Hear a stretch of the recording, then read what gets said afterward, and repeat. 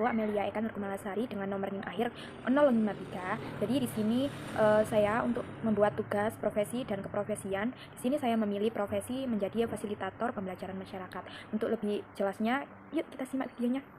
Jadi apa sih profesi fasilitator pembelajaran masyarakat itu? Jadi profesi ini tuh yang bertugas untuk mendampingi, membimbing, dan memberdayakan masyarakat dalam proses pembelajaran di pendidikan non formal. Fasilitator juga berfungsi sebagai jembatan antara ilmu pengetahuan yang ada dengan kebutuhan masyarakat. Melalui peran ini, fasilitator membantu individu ataupun kelompok dalam mengembangkan keterampilan, wawasan, serta potensi mereka, sehingga dapat meningkatkan kualitas hidup mereka secara keseluruhan. Yang selanjutnya ada peran fasilitator pembelajaran masyarakat. Yang pertama ada pendidik dan pembimbing. Jadi fasilitator itu tidak hanya menyampaikan informasi, tetapi juga membantu para peserta dalam proses pemahaman dan penemuan. Yang kedua ada motivator dan pemberdaya masyarakat. Jadi fasilitator memotivasi para peserta untuk menumbuhkan rasa percaya diri, membangkitkan semangat belajar, dan membantu para peserta untuk mencapai tujuannya. Yang ketiga ada mediator dan penghubung. Jadi fasilitator itu menjadi penengah perbedaan pendapat dan menghubungkan masyarakat dengan sumber daya dan peluang kebutuhan. Yang keempat ada inovator dan pengembangan program pembelajaran. Jadi peran fasilitator ini harus merancang kegiatan yang menarik, relevan, dan sesuai dengan kebutuhan masyarakat.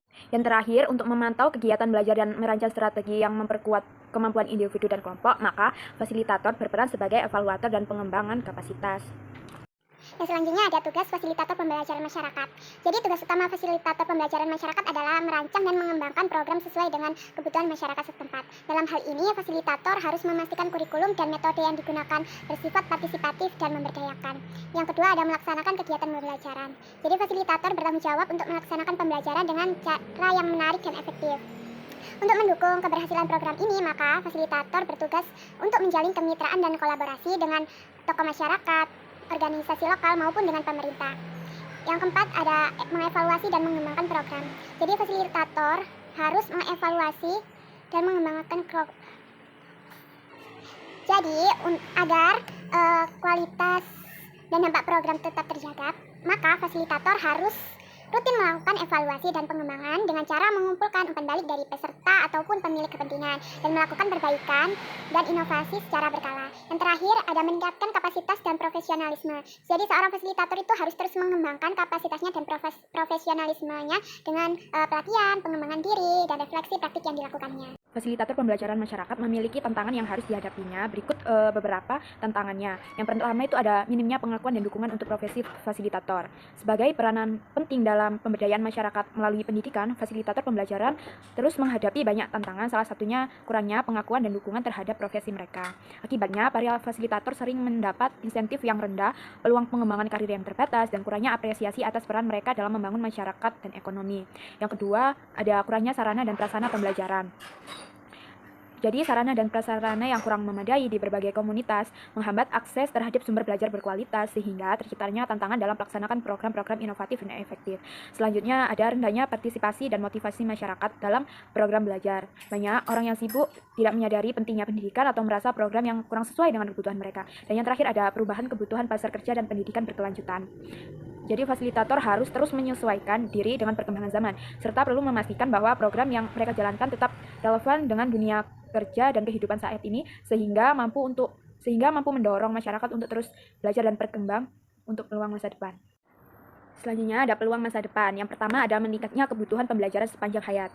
Seiring dengan meningkatnya kesadaran masyarakat akan pentingnya pendidikan sepanjang hayat dan perkembangan teknologi serta tuntutan dunia kerja, sehingga mendesak untuk terus belajar. Dengan hal inilah fasilitator berperan untuk membantu masyarakat menemukan metode belajar yang efektif untuk meningkatkan kompetensi mereka. Yang kedua ada perkembangan pendidikan non formal dan informal.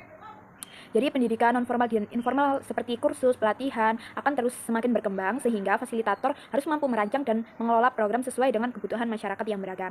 Dan selanjutnya yang ketiga ada pengembangan karir yang beragam.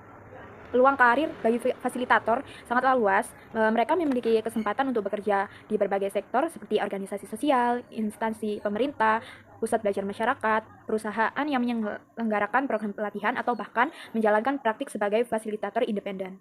Selanjutnya ada pengembangan teknologi. Jadi perkembangan teknologi merubah cara fasilitator dalam mengajar masyarakat. Jika pembelajaran pada umumnya dilakukan secara tatap muka, maka sekarang pembelajaran dapat dilakukan dengan kelas daring, video, maupun aplikasi pembelajaran. Yang kedua ada perluasan jangkauan dan aksesibilitas. Untuk individu yang di daerah terpencil atau walaupun memiliki keterbatasan fisik, masih dapat belajar melalui internet seperti platform pembelajaran online maupun media sosial. Yang ketiga ada pengembangan keterampilan baru bagi fasilitator. Jadi fasilitator itu harus terus mengembangkan keterampilan baru agar mudah beradaptasi dengan perkembangan zaman dengan memanfaatkan teknologi. Yang keempat, ada peningkatan produktivitas dan efisiensi. Dengan adanya teknologi ini, mempermudah para fasilitator untuk menyusun materi pembelajaran secara cepat dan berinteraksi dengan peserta tanpa perlu bertatap muka, sehingga produktivitas dan efisiensi fasilitator terus meningkat. Yang selanjutnya ada adaptasi perkembangan teknologi. Jadi yang pertama itu ada model pembelajaran hybrid atau blended learning. Model pembelajaran hybrid learning adalah metode pembelajaran yang menggabungkan antara pembelajaran tatap muka atau PJM dengan pembelajaran jarak jauh atau PJJ. Yang kedua ada memanfaatkan media sosial dan platform digital untuk alat pembelajaran.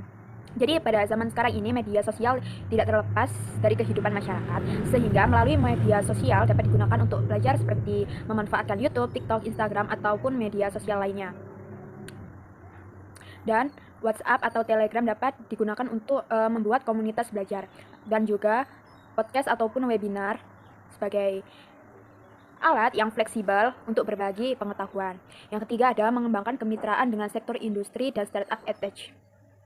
Jadi fasilitator juga bisa bekerja sama dengan perusahaan teknologi pendidikan atau edtech dan industri untuk menyediakan kursus keterampilan digital seperti coding dan digital marketing. Dan selanjutnya ada kebijakan baru. Yang pertama ada penguatan pendidikan non-formal dan informal. Pada saat sekarang pemerintah akan memperkuat pendidikan non-formal dan informal untuk diakui dan dikembangkan dengan peraturan yang lebih rinci lagi tentang pendidikan non-formal seperti kurikulum, penilaian, dan pengakuan hasil belajar. Fasilitator juga akan menerima standar kompetensi yang jelas dan memastikan kualitas pembelajaran yang lebih baik lagi. Yang kedua ada fokus pada keterampilan abad ke-21 dan vokasi. Pada saat ini fokus pendidikan beralih pada keterampilan abad ke-21 dan keterampilan profesional. Pemerintah menawarkan kurikulum yang fleksibel sehingga memungkinkan para siswa mempelajari keterampilan yang relevan di dunia kerja, dan fasilitator dapat menerima pelatihan dan sertifikasi untuk meningkatkan keterampilan terutama di bidang digital, kewirausahaan, dan kerja. Yang terakhir ada kebijakan dan pemberdayaan masyarakat yang terintegrasi. Program pendidikan, ekonomi, sosial, dan budaya digabungkan untuk memperkuat masyarakat. Dalam hal ini, fasilitator berpartisipasi dalam berbagai program yang tidak hanya berfokus pada pendidikan, tetapi juga pada program pengembangan masyarakat. Yang selanjutnya ada peran fasilitator pembelajaran masyarakat dalam mengatasi isu sosial. Yang pertama ada meningkatkan literasi dan kesadaran. Jadi salah satu kontribusi fasilitator adalah meningkatkan literasi masyarakat dalam hal membaca, menghitung, menulis, ataupun menggunakan teknologi digital. Dengan meningkatnya literasi masyarakat, akan lebih mudah mendapatkan informasi, meningkatkan peluang kerja, dan meningkatkan standar hidup. Yang kedua ada pemberdayaan ekonomi. Jadi fasilitator membantu masyarakat memperoleh keterampilan yang digunakan untuk bekerja dan berwirausaha. Keterampilannya itu seperti bertani, menjahit, ataupun pemasaran digital, sehingga membuat masyarakat keluar dari lingkaran kemiskinan. Dan juga para fasilitator mengajarkan untuk mengelola keuangan dengan baik agar masyarakat lebih mandiri secara ekonomi. Yang terakhir ada penguatan kapasitas individu. Sebagai fasilitator dalam pembelajaran masyarakat, salah satu tugas pentingnya adalah membantu individu dan masyarakat menjadi lebih kuat, seperti mengajarkan cara berkomunikasi yang baik dengan seseorang dan juga membantu meningkatkan rasa percaya diri.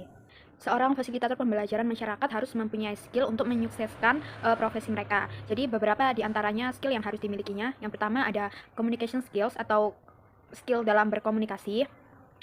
Hal ini mencakup pada kemampuan untuk mendengarkan secara aktif, menyampaikan informasi dengan jelas, dan memfasilitasi diskusi antara peserta dengan latar belakang yang berbeda-beda. Yang kedua ada facilitation skills. Jadi kemampuan ini merancang dan mengelola sesi pembelajaran yang partisipatif, menciptakan suasana yang aman dan nyaman, serta mendorong peserta untuk terlibat secara aktif. Yang ketiga ada interpersonal skills.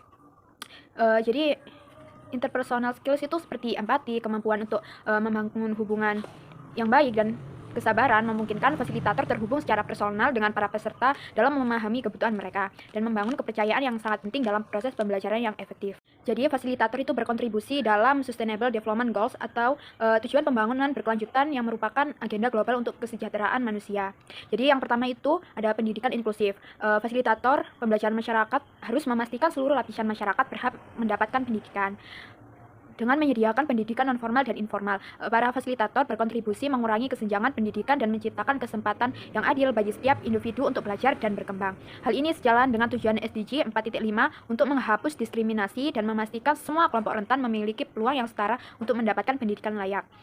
Selanjutnya ada kesetaraan gender. Banyak fasilitator yang khusus berfokus pada pemberdayaan perempuan dengan memberikan mereka keterampilan dan pengetahuan, kepercayaan diri yang diperlukan untuk berpartisipasi secara lebih aktif dalam kehidupan ekonomi, sosial, dan politik.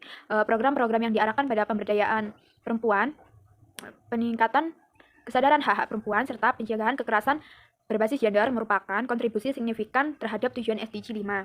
Yang ketiga ada pengentasan kemiskinan. Dengan memberikan keterampilan ekonomi dan kewirausahaan, para fasilitator berperan penting untuk membantu masyarakat meningkatkan pendapatan dan mengatasi kemiskinan. Dan yang terakhir ada pengurangan kesenjangan. Para fasilitator bekerja sama dengan kelompok-kelompok yang terpinggirkan dan rentan, seperti masyarakat adat, penyandang disabilitas, dan kelompok minoritas lainnya.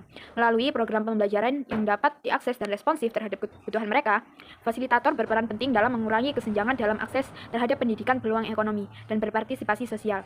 Upaya ini sejalan dengan tujuan SDG 10.2 yang bertujuan untuk memberdayakan serta mempromosikan inklusi sosial, ekonomi, dan politik bagi semua orang tanpa memandang usia, jenis kelamin, disabilitas, ras, etnis, latar belakang, agama, ataupun status ekonomi lainnya. Alasan saya memilih menjadi fasilitator pembelajaran masyarakat adalah karena saya ingin mengabdi kepada masyarakat dan terlibat dalam proses pembelajaran di masyarakat. Jadi untuk menjadi fasilitator yang baik, saya mungkin mengikuti pelatihan komunikasi dan public speaking untuk membantu skill berkomunikasi saya. Terus saya juga akan memperdalam pengetahuan tentang metode pembelajaran yang bersifat partisipatif.